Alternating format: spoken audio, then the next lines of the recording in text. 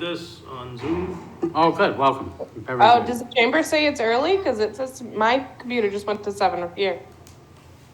Yeah, 7 here, Okay, time shift. I'm here.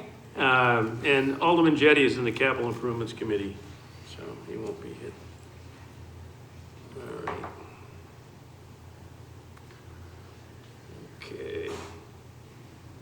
First item of business is public comment. Is there anybody who wishes to? I don't see anyone for public comment. Communications, There are none? unfinished business, There are none. new business resolutions. There's before us this evening is R-23-094, approving the cost items of a collective bargaining agreement between the National Board of Police Commissioners and National Police Communication Employees, NEPBA, Local 125 of the IUPA, AFL-CIO, from July 1st, 2023 through June 30th, 2027. Excuse me. Mr. Chairman, I'd like to make the motion to recommend final passage. Okay, the motion is to recommend final passage to R-23094. Chief, would you and Karen like to come up?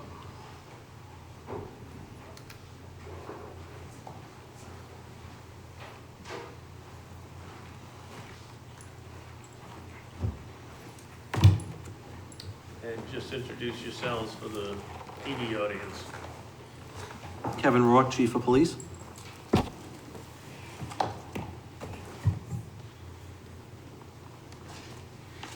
Karen Smith, National Police. Okay, excellent. So the item we have before us this evening is a contract for the communications personnel at NPD. Would you like to give us an overview of the contract? Sure. First, I'll start out, the union is made up of 21 employees when it's at full staff. Just to let you know, right now we're at 10.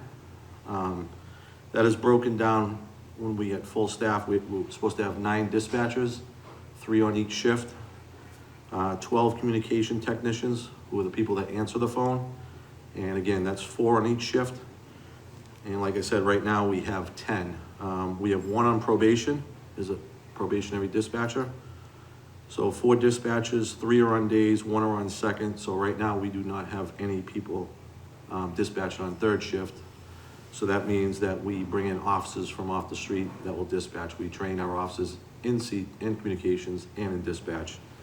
Right now we have 6 communication technicians, 3 on days, 2 on seconds, and 1 on mids. Again, if we're short, we will bring officers in off the street to cover those positions. And like I said, we have 1 training and dispatch. Just a little overview. As you know, you've been around a while. These people are vital parts of our organization. They're highly skilled, highly trained. They work a busy area in the police department that we rely on. They take information from the public. If you call the police department, these communication technicians are the first people that answer the phone, take the necessary information, and then pass it on to dispatchers who dispatch it out to our officers. And these are the people that keep our officers safe and people in the community safe by processing the information and relaying it to the officers on the street. So they are a vital part of our organization. Right now, someone would ask why these positions aren't filled. Again, we're down 10. If that person passes probationary status, which is a 16-week intensive training when you go through dispatch, it's 12 weeks, I believe, in communications, answering the phone, but that person still has to pass 16 weeks of that intensive training. Why these positions aren't filled, I can give you my opinion. I think they're grossly underpaid. For someone answering the phone in CT, they make $18.77 an hour to answer the phones. I think we can all agree on if you can go to Dunkin' Donuts, Target, or Home Depot, you'd probably get paid more and deal with less stress. Second thing I would say is the schedule. They work 4 days on, 2 days off, just like our officers. Not a, I guess, schedule that most people want. They work weekends and holidays. And again, it's a tough job. It's demanding. Can be very stressful at times, most times, for some of them. In the job, I think why it's unfilled is the job market also. There's a lot of jobs out there that are probably more entertaining to people than answering phones for $18 an hour or dispatching and dealing with serious critical incidents. So that's why I think they're not filled. So I think that with this contract, it brings a lot of points in the contract that can be, people might aspire. So we're hoping that this contract will pass and we can start getting some people in here. I will go through the contract in some areas that I think are important. And again, you guys can ask questions obviously at the end, but there's some articles in here that's some housekeeping articles. Article 13, I'll just touch on, talks about vacation time. That was made, that adjustment was made to be consistent with the Teamsters contract that you recently passed last year, just to make them whole, that they both get the same. The insurance part, again, the newly hired employees all receive 100% of the city's portion of the deductible contribution upon the start of coverage. The city is already doing this. An example of that, if someone got hired in May on the high deductible plan, they would be given the city's portion of $3,000 and the employee would have to come up with $1,000. The city's already been doing that for us, for the unions in the police department.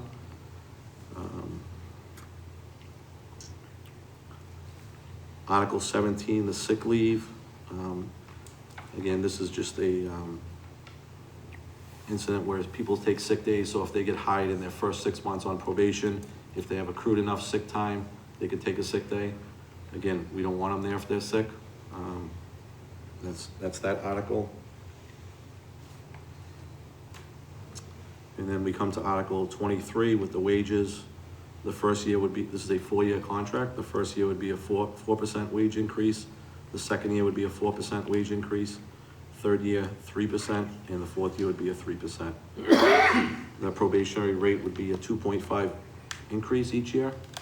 And then we added shift differential in just to be something that would give some incentive to people working second and third shift, because right now everybody wants to work day shift.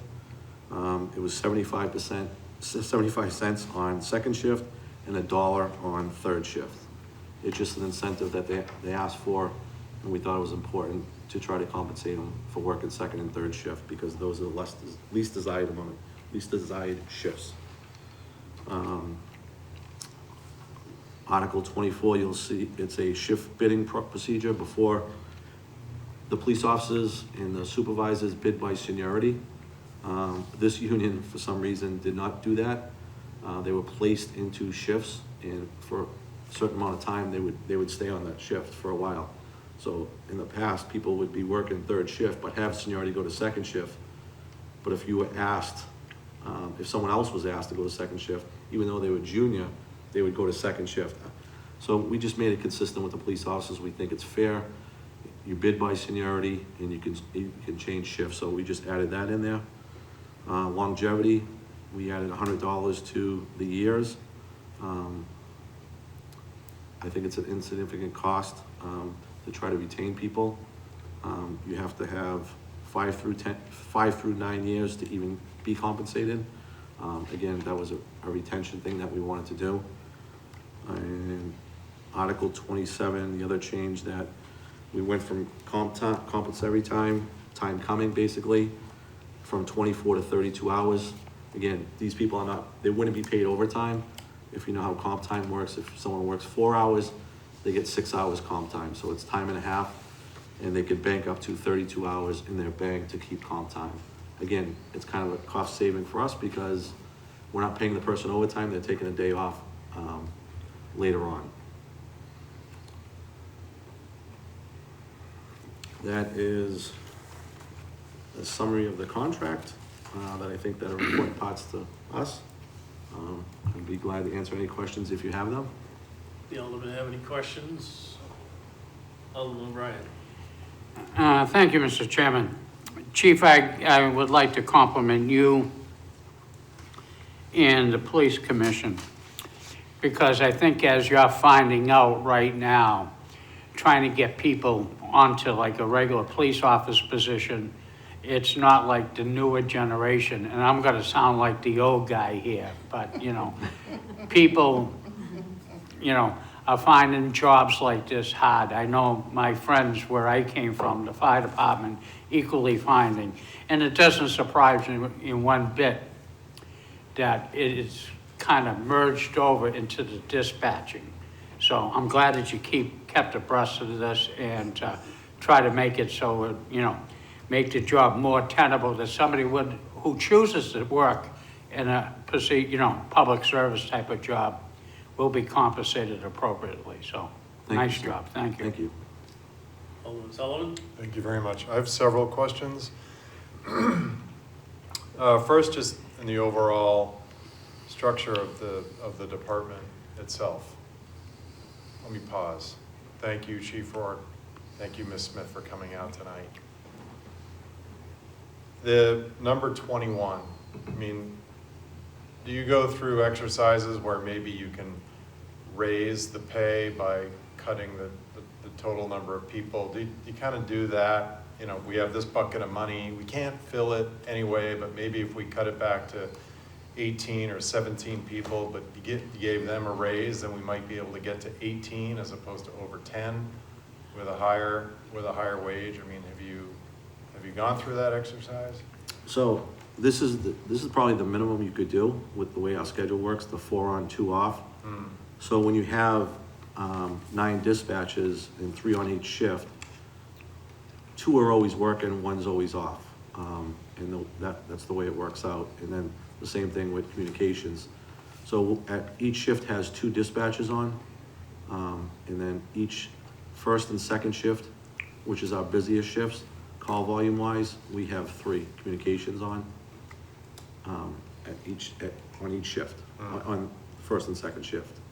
So this works out. I think it's kind of bare bones of where we're at, that we need that coverage. It's sufficient for the call service that we handle. I have a few more, if that's okay. Thank you. If I could add to that, it has been done in the history also of the department. We were already at a higher number in the years past, and then that has been brought down. It's been down for many years now, so we are already lower than we were in the past. So it's trending in this direction. Yes. You mentioned in your comments, Chief, about because of the lack of third shift coverage, that uniformed officers have to come in off the street to cover a third shift. I've got to imagine that's going to impact your overtime. Absolutely. Okay, so when you look at this, what is that costing compared to not filling the position? I mean, what is that cost differential? So if you do nothing and those positions go unfilled, what is the cost to the city because of that overtime that you need for this coverage? Well, it costs a lot more money to put an officer inside than it does the civilian, so Sure. it is costly, absolutely. And, you know, I think we'd all agree, the community, the police department, the personnel in the building would agree that we'd rather have the police on the street, and that's what we hire them for. So it is important to compensate these people and make their conditions better so that we can hire people to get the officers back on the street. What is that, you had mentioned, what are neighboring towns paying? Hudson, Merrimack, Tingsboro? So I do have those numbers for you. Right now,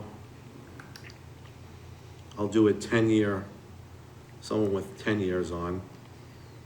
Right now, a 10-year dispatcher makes $53,570 In Nashua? in Nashua. In Hudson, someone with 10 years on dispatching makes $61,193. In FR, someone with 10 years on makes $67,389.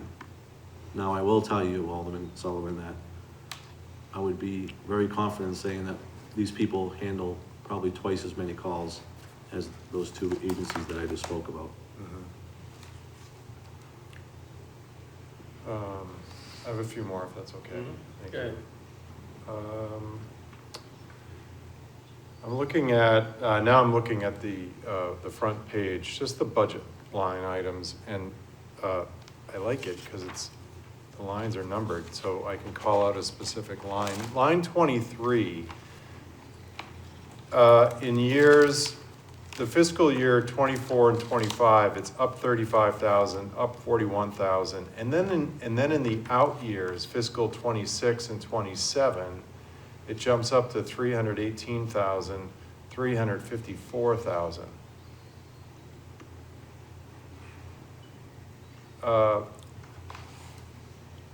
Yet the percentage change year over year is,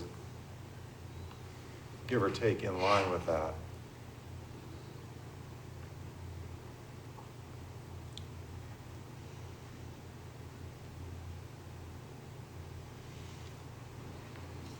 It's a good question. I have to look into the formulas behind it to make sure I understand what's going on with the costing. I can look at it more.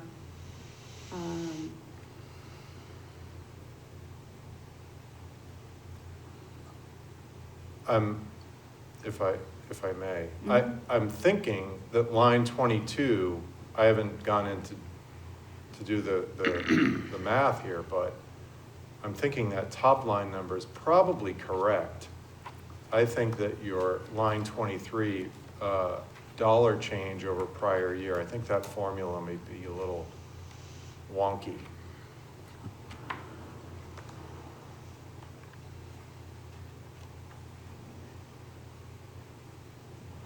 Good in two of the columns and not in the other two. In columns fiscal year 26 and 27. Right.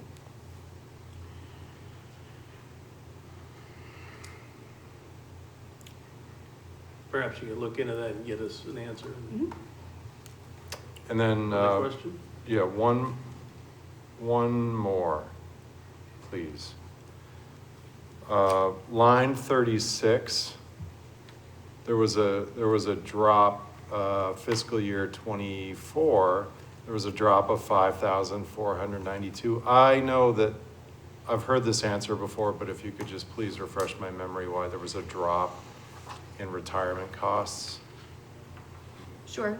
Karen Smith, the information on the left, it says 14.06 on line 34 to 13.53 is just, it is like you are saying, it was set by the New Hampshire retirement system. So it just went down a little bit, and therefore the information is going to be lower based on the rate, but it's also going to be down a bit because the base rate from FY23 to FY24 is going to be coming from the prior year base of FY23. So the costing from the prior year is going to use the prior number. And then when you have attrition and you have higher rate wages that are now coming in at a starting wage, that's going to affect the base cost. Got it. And that's going to affect your calculations. So basically, the savings that you have from hiring lower wages are going to be part of that savings also. Okay, all right, thank you. You're welcome. All set? Yeah, that's it, thanks. That last number you gave with the examples of 67, 109, what was that from? That was from the comparable other departments to what they're getting for year 10? For the chief mentioned, or? Yeah, the chief mentioned. The third one you mentioned was that you had, Oh, from NFR, 67389. because I was gonna mention that the people doing the same job in the fire department are getting significantly more than those in the police department, and we've gradually been trying to catch up. How it happened, nobody knows, but it's just that they're hired for the same job, and I think you lost people to the National Fire Rescue, the same job. We have lost a couple. Yeah, so So if I ask why, then you don't know. why it's, Same city, same job-ish. One is up here, one is, it's been that way for a long time, the difference, and the police have been trying to catch up, and of course, the firemen don't stand still, but they try not to have as bigger increases, sure. so. And It's that's, tough to close those kind of gaps. Yeah, it is. that's a $14,000 difference, Yeah. and 8,000 for Hudson. Any additional questions? Shoshana, nothing? Okay. All right. I'm good. I was on mute. All right, so the motion before us is for final passage of R 23-094. All those in favor signify by, oh, we gotta do Zoom, wait, sorry. Roll We can call. call a roll. Alderman Sullivan, Yes. Alderman Kelly, Yes. Alderman Karen, Yes. Alderman Wilshire, Yes. Alderman O'Brien votes yes, Alderman Dowd. Yes, Chairman, you have 1, 2, 3, 4, 6 yeas, 0 nays. okay, so it passes and we'll go on to the full board with a recommendation from the budget committee. Thank you. I just want to thank you for your continued support. No problem. Thank you. You're welcome. Thank you. And I'm glad you brought the brain trust with you tonight. Always.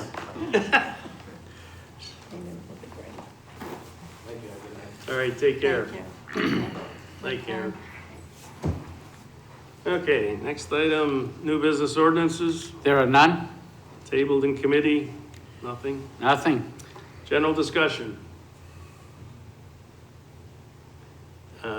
Just want to mention that the actual budget season for '24 is coming up. Still early. We're setting out trying to start the schedule. And I think Dawn has gone out to everybody on, I believe she's gone out to the budget committee members, she's gone out to the divisions.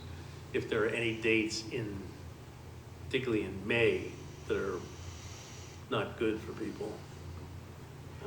We've laid out some dates, we'll have a draft schedule and people can mark it up, and if they're busy, we can rearrange things. I know last year we had to move the fire and the police different dates, but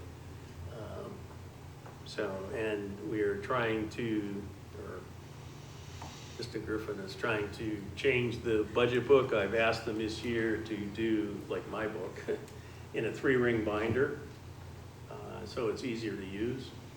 And Can we all get that? yes, Oh, good. It's so much easier. Thank you. the people on the budget committee get it. Yeah. And there's some extra things that were in the book that really aren't needed for the budget, and they're gonna take them out. They're trying to skinny the book up a little bit. And the first meeting that we have is going to be with Director Cummings, Dory Brown, Mr. Griffin, and the things that are in the book that we have no control over and can't change as part of the budget system will all be explained. That's benefits, energy costs, and those types of things. So we're gonna try and streamline it a little bit if we can. All right. No public comment, there's no one here. Any remarks by Alderman? No? Motion by Alderman O'Brien? Yes, I'd like to make the motion to adjourn. Motion is to adjourn, roll call? Alderman Sullivan, Yes. Alderman Kelly, Yes. Alderman Karen, Yes. Alderman Wilshire, Yes.